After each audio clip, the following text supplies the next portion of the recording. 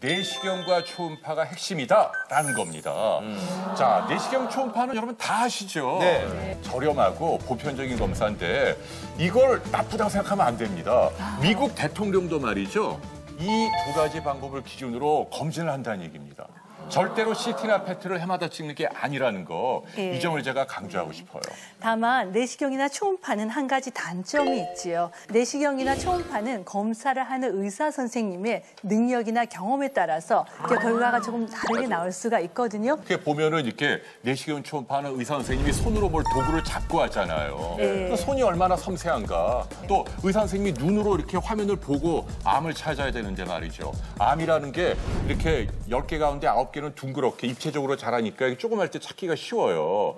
그런데 10개 가운데 1개꼴로 암은 말이죠. 이게 점막을 따라서 얕게 깔려서 자라는 그런 암도 있고 말이죠. 이런 암은 제가 볼 때는 좀 경험이 부족한 의사분이 하면은 놓칠 수도 있다는 얘기죠. 그래서 내시경과 초음파가 핵심인데 단 전제 조건이 있다면 정말 숙련되고 경험이 많은 전문가를 찾으시는 게 좋겠다라는 말씀을 드리고 싶어요. 그리고 그 의사 선생님은 반드시 큰 병원이나 대학병원에만 계신 게 아니시거든요. 동네 알아보시면 정말 위내시경만 20년 하신 분, 대장 내시경만 20년 하신 분이 있으세요. 그래요. 그런 분들을 찾아서 뭐 검사하시면 검사대 올라가서 그 몇 년 되셨어요? 여기 물어볼 수도 없고. 자, 그래서 저희가 준비했습니다. 두 분의 전문가를 모셨는데요.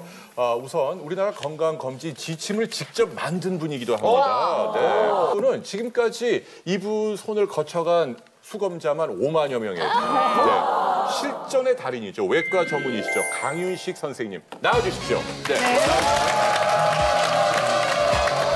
건강검진에 대한 모든 물음표를 해결하기 위해 모였다. 5만 명이 거쳐간 내시경의 달인 닥터 강윤식. 오늘 방송에 임하는 각오, 이렇게 키워드로 정돈한 게 있으시다면서요. 네.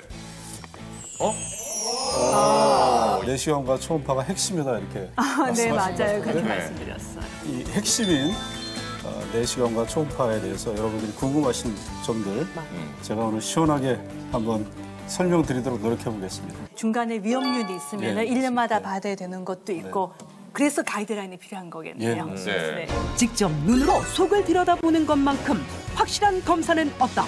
내 건강을 들여다보는 거울 내시경. 제가 최근에 영화를 보던 중 눈이 번쩍 뜨이는 장면이 하나 있었습니다. 이거 봤는데 엊그제 봤는데 엘리시움. 엘리시움. 얼굴에 총 맞았는데 그거.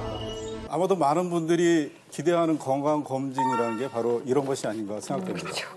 한번 검사하면은 무슨 병이든지 척척 찾아주는 것. 그런데 아쉽게도 이런 기대는 영화 속에서만 가능합니다. 근데 우리가 이런 잘못된 그런 기대를 갖게 된 원인은 종합검진이라는 그런 용어 때문에가 아닌가 이런 생각이 듭니다. 뭔가 많이 할수록 좋을 것 같고 그러다 보니까 검사 받는 과정에서 과도한 방사선 피폭을 받는 등 여러 가지 피해를 이제 입을 수 있게 되는 것이죠. 전쟁할 때 집집마다 한 집 이렇게 점령을 해나갑니까? 아니요. 아니죠? 어떻게 하죠? 중요한 고지를 점령하죠. 맞습니다. 중요한 고지나 아니면은 목표물을 점령하면 그걸로 승리하는 것입니다. 건강검진도 바로 이와 같은 것입니다. 10대 암과 심혈관 질환만 목표 질환으로 잡아도 충분한 것입니다. 그러면 이제 이런 병들을 어떻게 그럼 찾아낼 수 있을까? 내시경과 초음파가 기본이 되는 것입니다. 초음파 검사만 잘 받아도 암의 3분의 1은 우리가 찾아낼 수 있다고 생각됩니다. 내시경 검사는 암 사망률의 3분의 1 이상을 차지하는 위암과 대장암을 찾아주는 매우 중요한 검사입니다. 근데 여러분 그 개천에서 용 났다 이런 말 들어보셨죠? 네. 개천에서 진짜 용이 나오는 거를 확인하려면 어떻게 해야 되겠습니까? 개천을 간다. 네. 개천에 가서 매일매일 지켜봐야 될 거 아닙니까?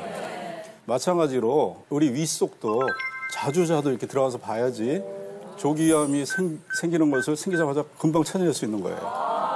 따라서 위내시경 검사는 최소 2년에 한 번, 또 필요한 경우에는 1년에 한 번씩 받으시는 것이 좋습니다. 대장 내시경 검사는 대장암을 발견할 뿐만 아니라 예방까지 해주는